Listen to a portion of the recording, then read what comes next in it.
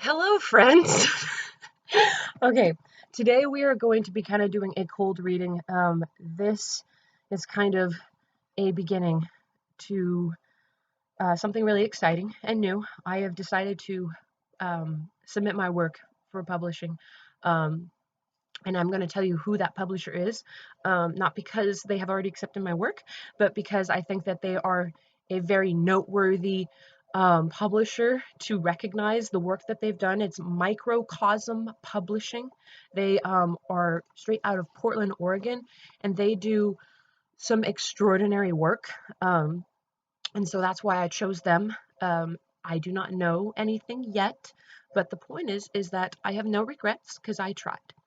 So the piece, though, that I back up, I had submitted poetry, and they had said, "We really like what you're doing.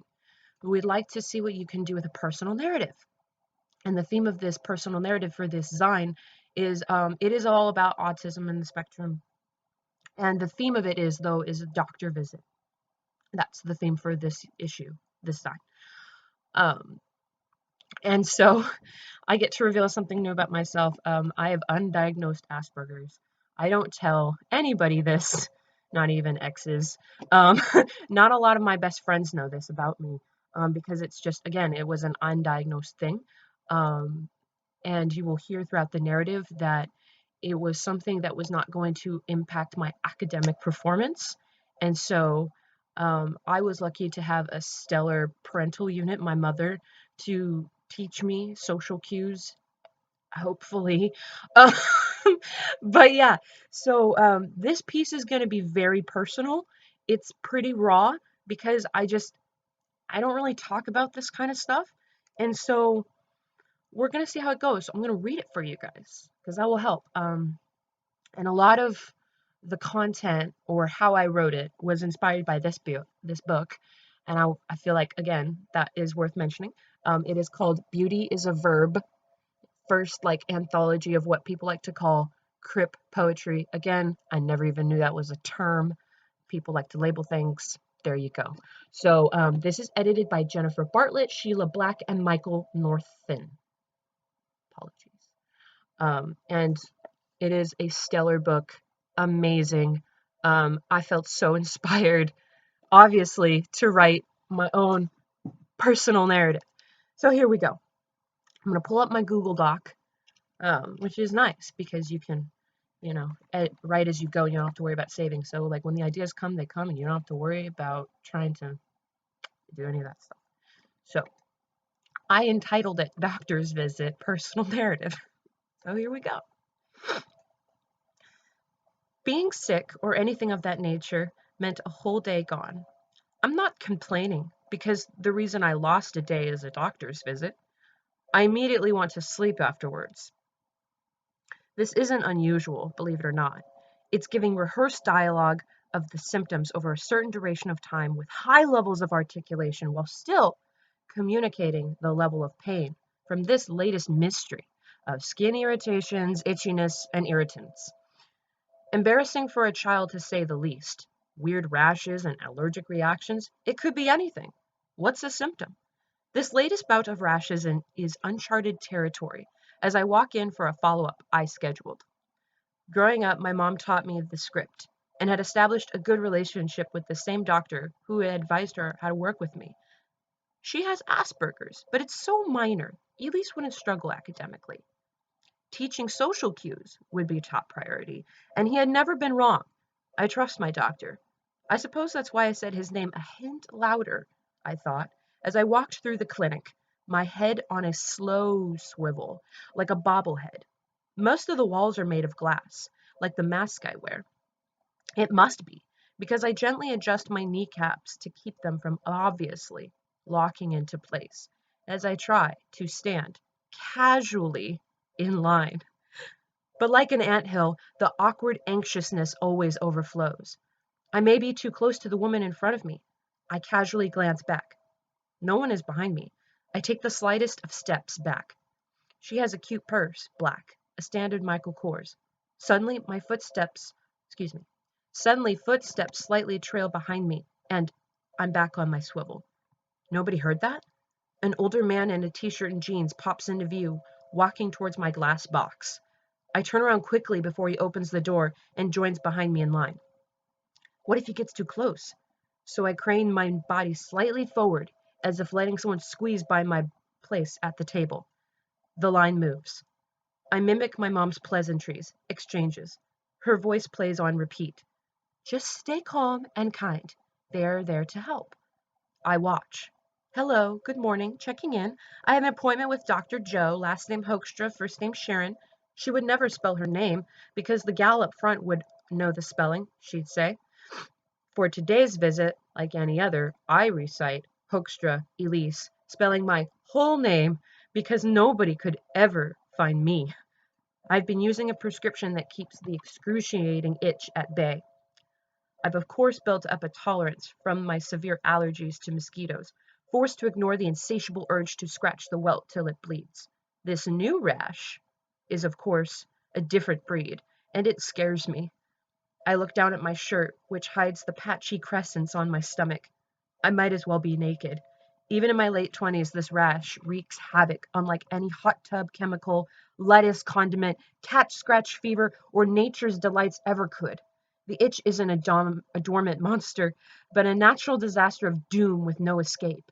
Like tsunami that hits with its first wave and out of nowhere returns with the desire to itch that's twice as strong. It comes back and reappears by magic, responding to stress, a spiraling downhill battle that's tragic. Normally, I'd wait it out like always, but the redness resurfaces like flecks of instant pudding. I stuck to the remedies of pills, potions, and lotions, and just when I think I'm cured, my stress endures. I wish I could tell the woman that at the counter, and the nurse, and the doctor. My thoughts swim in circles as I attempt to climb on the scale, casually, pretending my eye won't shoot to the number plastered in front of me for everyone to see. I see it and exhale. 145 pounds, the nurse recites.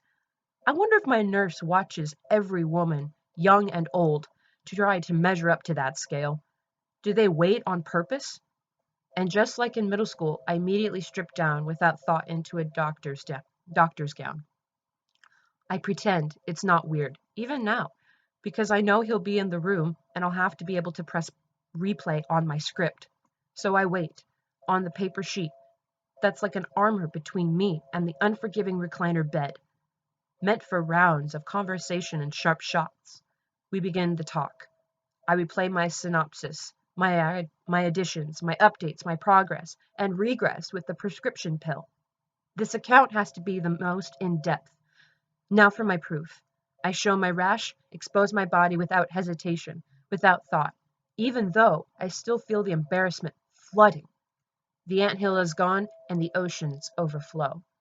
Like when my middle school PE teacher didn't believe me about a hot tub rash, my doctor's note clutched in her hand, and I flashed her to reveal my chest and stomach waist deep in red bumps. How can I feel so empowered, yet intimidated? He recommends I use a prescription cream. I remember. It's the same one from last time.